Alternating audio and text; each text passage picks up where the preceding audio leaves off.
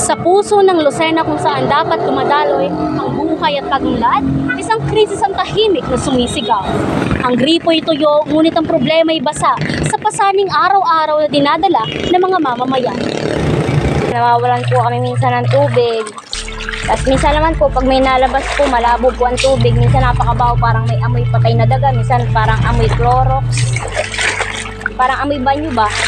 Kami kasi meron kaming natulog dito. Yung iba, yung mga kapitbahay namin, napupuyat sila kasi nag-iipon sila sa gabi. Dati sa taas, meron kaming tubig. Pagka mga 10 o'clock na ng umaga, nagkakatubig na.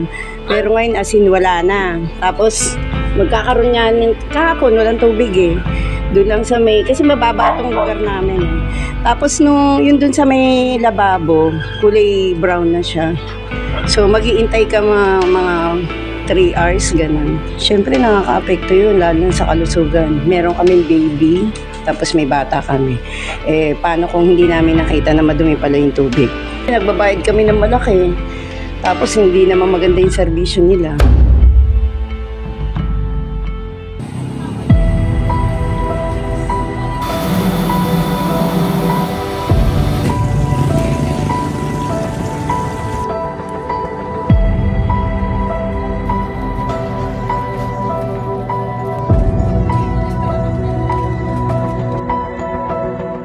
Noong Hunyo 8, 2018, nilagdaan ang joint venture agreement sa pagitan ng Quezon Metropolitan Water District at Prime Water Infrastructure Corporation.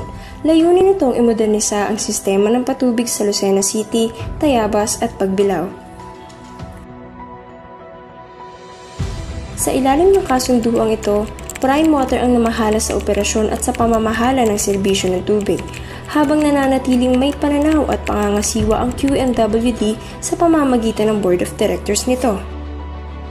Hindi isinama sa kontrata ang paglipat ng pagmamayari ng mga pasilidad, bagkus inuupahan ng Prime Water ang mga ari-arian ng QMWD. Sinasabing mas mababa ang singil sa tubig sa Lucena, 146 pesos para sa unang 0 to 10 cubic meters, kumpara sa ibang lungsod. Ngunit sapat ba ito para sabihing maayos ang serbisyo? Talagang matagal na walang supply ng tubig. Ilang buwan na. Aba, isipin mo, bibili pa kami ng tubig. Magkano sa isang timba? 3 peso. Eh, isipin mo sa isang buwan, magkano yun? Ay, magkano iniigib namin araw-araw? Oh. Ay, kung ang konsumo namin, sa pambili na namin ng bigas at ulam, mapapabuta pa sa pagbabayad namin sa tubig, ay upa mo pa sa paghahakot. Eh, paano naman hindi kami kahit sino mo madami nagreklamo, hindi lang naman kami. Buong din sa may amin, puro ganun ang reklamo. Daily siya nawawalan. May schedule lang siya talaga na wawalan siya, tapos ang tagal niya bago magkaroon ulit. Siyempre, napupuyat ako kasi tuwing madaling araw, tsaka ka lang pwede mag-ipon ng tubig. Kasi hindi ka makaligo. Bagay gusto mo, halimbawa sobrang init ngayon, hindi ka pwede maligo basa-basa kasi nga naka-reserve yung tubig, gagamitin pang kinabukasan pa, di ba? May time na meron parang isang beses ako na yung tubig parang may amoy siya.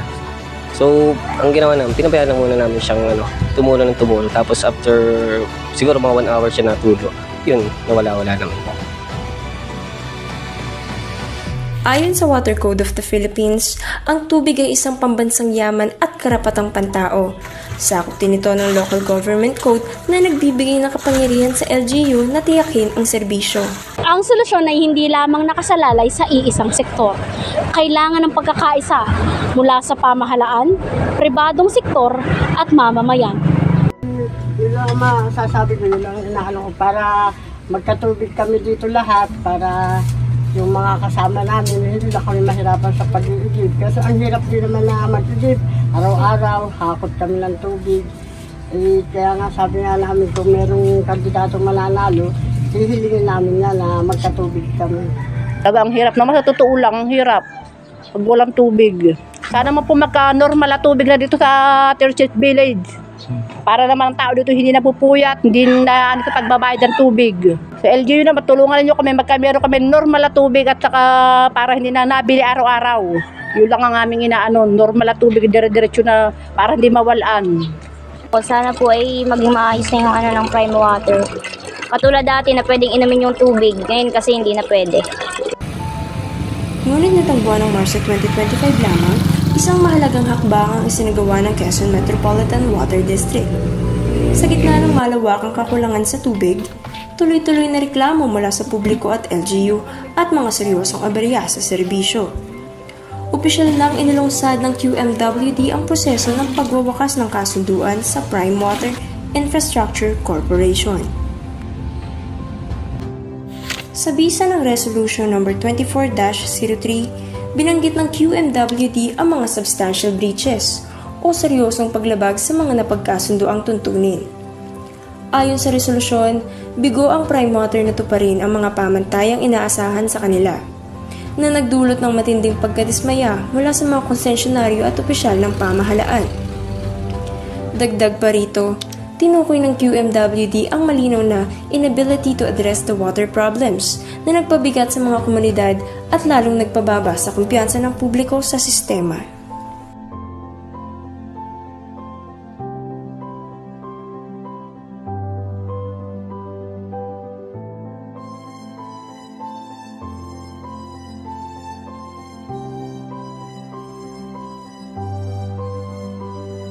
Tubig ay buhay.